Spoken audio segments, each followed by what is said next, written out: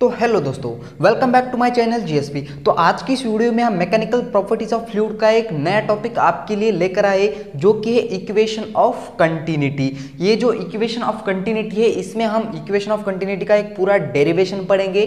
तो आइए इस टॉपिक को शुरू कर दे। तो इस टॉपिक को शुरू करने से पहले आपसे एक छोटी सी रिक्वेस्ट है कि वीडियो आप लास्ट तक जरूर देखना, क्योंकि इस वीडियो के बाद इक्वेशन ऑफ कंटिन्यूटी में आपको कोई भी डाउट्स नहीं रहेगा। तो आइए इस टॉपिक को शुरू करते हैं। तो इक्वेशन ऑफ कंटिन्यूटी, ये जो प्रिंसिपल है, ये जो सिद्धांत है, वो किस कंडीशन में एप्लीकेबल रहेगा। तो सबसे पहले तो ये बात आपने माइंड में क्लियर कर लो कि ये जो है, ये जो फ्लूइड होता है वो जब बह रहा है, वो फ्लूइड जब मोशन में होता है तब ये कंडीशन अप्लाई होती है। और वो बहता हुआ फ्लूइड, मोशन में रहा हुआ फ्लूइड, उसके वो फ्लूइड आइडियल फ्लूइड होना चाहिए। अब ये आइडियल क्या है भैया? तो आइडियल फ्लूइड्स के लिए एक कंडीशन है। आइडियल फ्लूइड का मतलब होता है कि वो फ्लूइड इनकॉम्प्रेसिबल हो, वो फ्लूइड कॉम्प्रेस नहीं होना चाहिए, उसकी विस्कोसिटी लो होनी चाहिए, लो विस्कोसिटी एंड उसमें जो फ्रिक्शन होता है, उस पाइप एंड उस फ्लूइड के बीच में जो फ्रिक्शन होता है, वो फ्रिक्शन भी नहीं होना चाहिए, लो फ्रिक्शन होना चाहिए, लो फ्रिक्शन, या उसको फ्रिक्शन लेस बोल दो। ठीक है, ये होता है आइडियल फ्लूइड की कुछ कंडीशन। ये क्या बोलता है, देखो जरा, equation of continuity. Suppose that, मान लो कि तुम्हारे पास एक कुछ ऐसा पाइप है, ये वाला पाइप है, और इस पाइप का एरिया यहाँ जो है, ये थोड़ा यहाँ का एरिया पतला है और यहाँ वाला एरिया थोड़ा मोटा है। समझ में आ गया? और इस पाइप में से कुछ ऐसे फ्लूइड बह रहा है। मान लो कि इस पाइप में से ऐसा कुछ फ्लूइड बह रहा है, और यहाँ इस वाले पाइप का जो एरिया है वो है A1 और इस वाले पाइप का एरिया है A2। समझ में आ गया यहाँ तक? और यहाँ का फ्लूइड V1 वेलोसिटी से बह रहा है, अंदर जा रहा है, इंटर हो रहा है, और ल्यूज हो रहा है यहाँ से V2 वेलोसिटी से। यहाँ का फ्लूइड ल्यूज हो रहा है, बाहर जा रहा है। और ये क्या बोलता है, इक्वेशन ऑफ कंटिन्यूटी ये बोलती है कि A1 V1 is equal to A2 V2, या इसे ऐसे बोल दो AV इजिकल टू कॉन्स्टेंट, ऐसे भी बोला जा सकता है, कोई दिक्कत नहीं। या इसे ऐसे भी बोल दो कि velocity is inversely proportional to area. ये नीचे यहाँ का एरिया इस साइड भेज दिया, तो velocity is inversely proportional to area. यह बोलता है इक्वेशन ऑफ कंटिन्यूटी। यहाँ तक तो बात ठीक है, मगर ये भैया अदालत प्रूफ मांगती है। सबूत क्या है आपके पास? तो हम इसका प्रूफ देखेंगे, इसका मैकेनिज्म पढ़ेंगे। तो देख लेते हैं। इक्वेशन ऑफ कंटिन्यूटी के लिए A1 V1 is equal to A2 V2 constant होता है, या इसका मतलब देखो ना, थोड़ा फील कर लो। आपके पास सपोज दैट एक पाइप है, और पाइप का एरिया, पाइप में से पानी बह रहा है, बाहर जा रहा है, और दूर एक आपका दोस्त दूर खड़ा है, और आपको उस तक पानी, ये पाइप का पानी पहुंचाना है। तो आपको क्या करना पड़ेगा कि इस पाइप का जो एक ऊपर वाला साइज है, उसको ऐसे दबा दो, तो वो पानी उस पाइप में से स्पेशर से बाहर जाएगा, यानी कि उसकी वेलोसिटी बढ़ेगी। तो यह वेलोसिटी, एरिया कम है, वेलोसिटी ज़्यादा है, यह एरिया ज़्यादा है, वेलोसिटी कम है। तो इनवर्सली प्रोपोर्शनल का मतलब समझ रहे हो, ये ज़्यादा है तो वो कम रहेगा, वेलोसिटी ज़्यादा होगी तो एरिया कम रहेगा, एरिया ज़्यादा होगा तो वेलोसिटी कम हो जाएगी। तो देख लेते हैं इसका प्रूफ, इसका डेरिवेशन देख लेते हैं। नोट कर लिया इतना? ठीक है, मिटा रहा हूं इसे मैं। तो देखिए प्रूफ।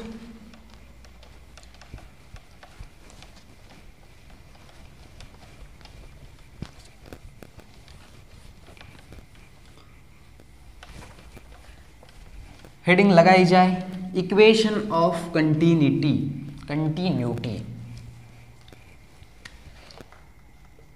मान लिया, हेडिंग लगाओ, इक्वेशन ऑफ कंटिन्यूटी। हेडिंग लगाए, इक्वेशन ऑफ कंटिन्यूटी। तो ये सिद्धांत जो है, ये प्रिंसिपल जो है कब अप्लाई करना आपको समझ में आएगा, जबकि फ्लूइड मोशन में हो और वो फ्लूइड आइडियल होना चाहिए। वही कंडीशन है हमारे पास। मान लो कि तुम्हारे पास एक ऐसा पाइप है, ये वाला पाइप,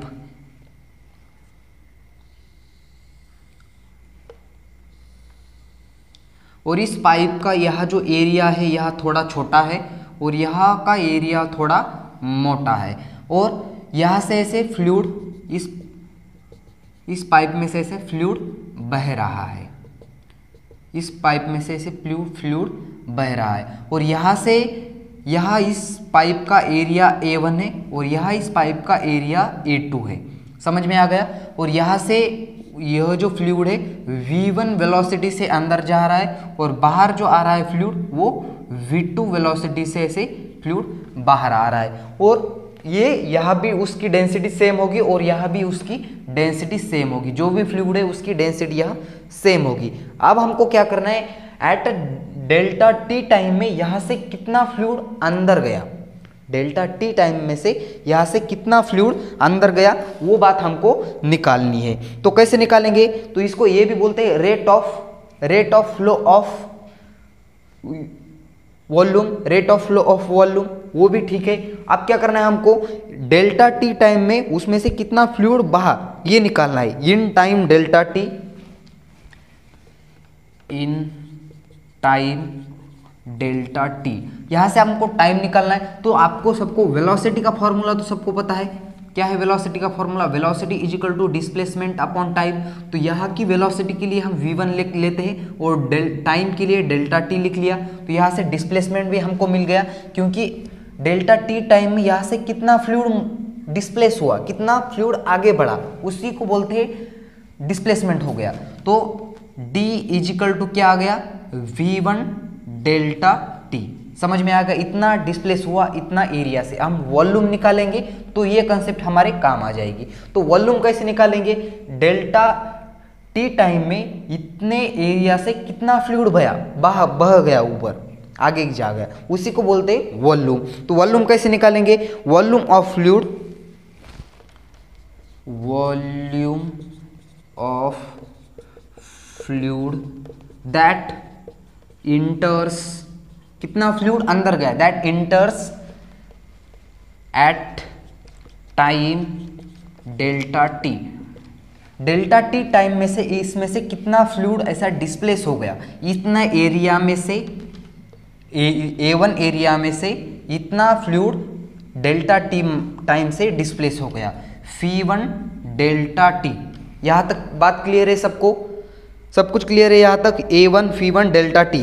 अब हमको क्या निकालना है, mass of fluid that इंटर्स delta t time, हमको मास निकालना है। अब मास निकालने के लिए सबको डेंसिटी का फॉर्मूला आना बहुत जरूरी है। तो दोस्तों डेंसिटी इज इक्वल टू होता है मास अपॉन वॉल्यूम, और मास का फॉर्मूला क्या होगा, यहाँ से mass is equal to density into volume.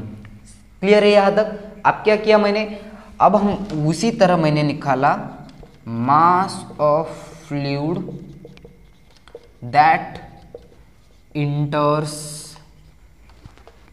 Eight time delta t.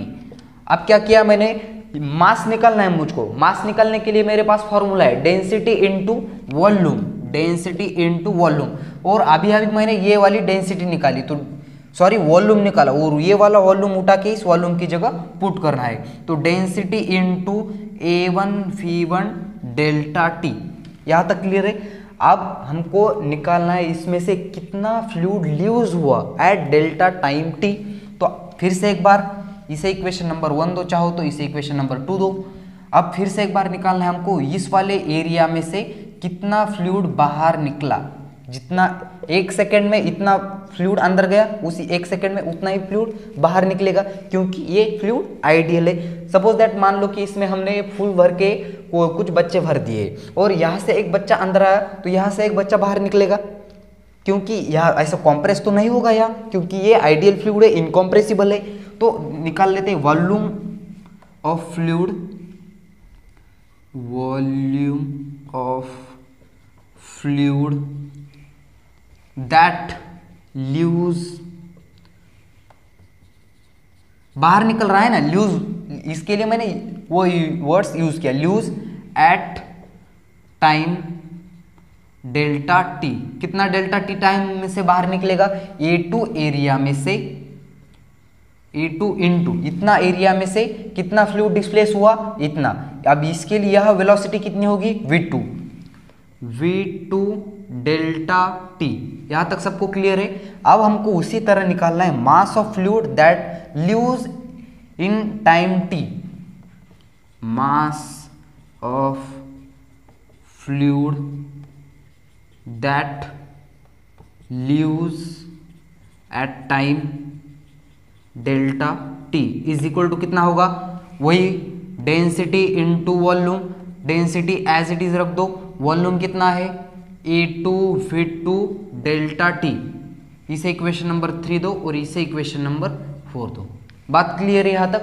अब हमको निकालना है, यह यूज करना है conservation of mass.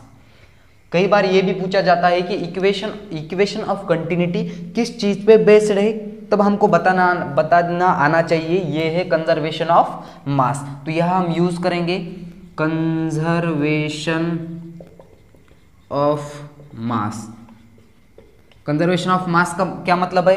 In mass can be neither be created nor be destroy, यानी कि यह वाला मास और यह वाला मास सेम होगा। तो mass of fluid that enters at time delta t is equal to आएगा mass of fluid that leaves in at time delta t. तो मास ऑफ फ्लूइड कितना अंदर आ गया था? इतना। Density A1 V1 delta t is equal to mass of leaves कितना हुआ? Density A2 V2 delta t. यहां से डेंसिटी कैंसिल, डेल्टा टी से delta t cancel. A1 V1 is equal to A2 V2 that is solve and that is the proof. क्या हो गया? AV is equal to constant and that is called as a equation of continuity. समझ में आ गया? सबसे पहले हमने क्या किया, एक हमारे पास पाइप है, यहाँ का एरिया A1 है, यहाँ का एरिया V1 है, और सॉरी वेलोसिटी V1 से फ्लूइड अंदर जा रहा है और यहाँ का एरिया A2 है और V2 वेलोसिटी से यहाँ से फ्लूइड बाहर आ रहा है। तो हमने उसका वॉल्यूम निकाला। वॉल्यूम निकालने के लिए एरिया A1 से कितना फ्लूइड एक सेकंड में या डेल्टा टी टाइम में से डिस्प्लेस हुआ, तो हमने यहाँ से वेलोसिटी के फॉर्मूले से डिस्प्लेसमेंट निकाला और वॉल्यूम निकालने के लिए उसको एरिया से मल्टीप्लाई कर दिया उस डिस्प्लेसमेंट को। और उसी तरह मास का फॉर्मूला, मास निकालना हमने, mass of fluid that enters at time delta t. Mass का फॉर्मूला हमने निकाला कहाँ से? Density equal to mass upon volume था, उससे मास से हमने क्या कर दिया, ये V इस तरफ भेज दिया, तो mass equal to density into volume आ गया। तो डेंसिटी इनटू वॉल्यूम को रख दिया और वॉल्यूम का फॉर्मूला यह पुट कर दिया। उसी तरह यह भी कर दिया और यह कंजर्वेशन ऑफ मास यूज करके हमने दोनों मास को इक्वेट कर दिया और कांस्टेंट सेम टर्म कैंसिल हो गई और बचा A1 V1 is equal to A2 V2। AV is equal to उसी को AV is equal to constant बोल देते हैं। यह हमको प्रूफ हो गया कि अगर एरिया कम हो तो उसकी वेलोसिटी ज़्यादा होगी और एरिया ज़्यादा हो तो उसकी वेलोसिटी कम होगी, यानी कि एरिया और वेलोसिटी एक दूसरे को इन्वर्सली प्रोपोर्शनल है। अलग पांडे सर बोलते हैं, एस सी वर्मा सर ने क्या कहा था, अगर आप कहीं झरने के समीप गए और झरने के समीप वहाँ का पानी गिर रहा है, या तो आपको अगर संगीत में गाना सुनने में इंटरेस्ट हो तो उस झरने के झरझर का आवाज़, झरने का आवाज़ सुनो, और अगर आपको उसमें इंटरेस्ट नहीं है तो आके इसकी मैकेनिज्म पढ़ो, जो कि बहुत आसान नहीं है। तो आइए इस टॉपिक को यहाँ ख़त्म कर देते हैं। आई होप ये सारे इक्वेशन ऑफ कंटिन्यूटी का डेरिवेशन आपको समझ में आया होगा। अगर ये वीडियो आपको समझ में आया हो तो इस वीडियो को लाइक कर देना, और अगर आप इस चैनल पे नए हो तो इस चैनल को सब्सक्राइब कर देना, ताकि फिजिक्स और केमिस्ट्री के ऐसे इंटरेस्टिंग वीडियो हम इस चैनल पर अपलोड करते रहते। और तब तक के लिए पढ़ाई करते रहे और तब तक के लिए fair you all the best.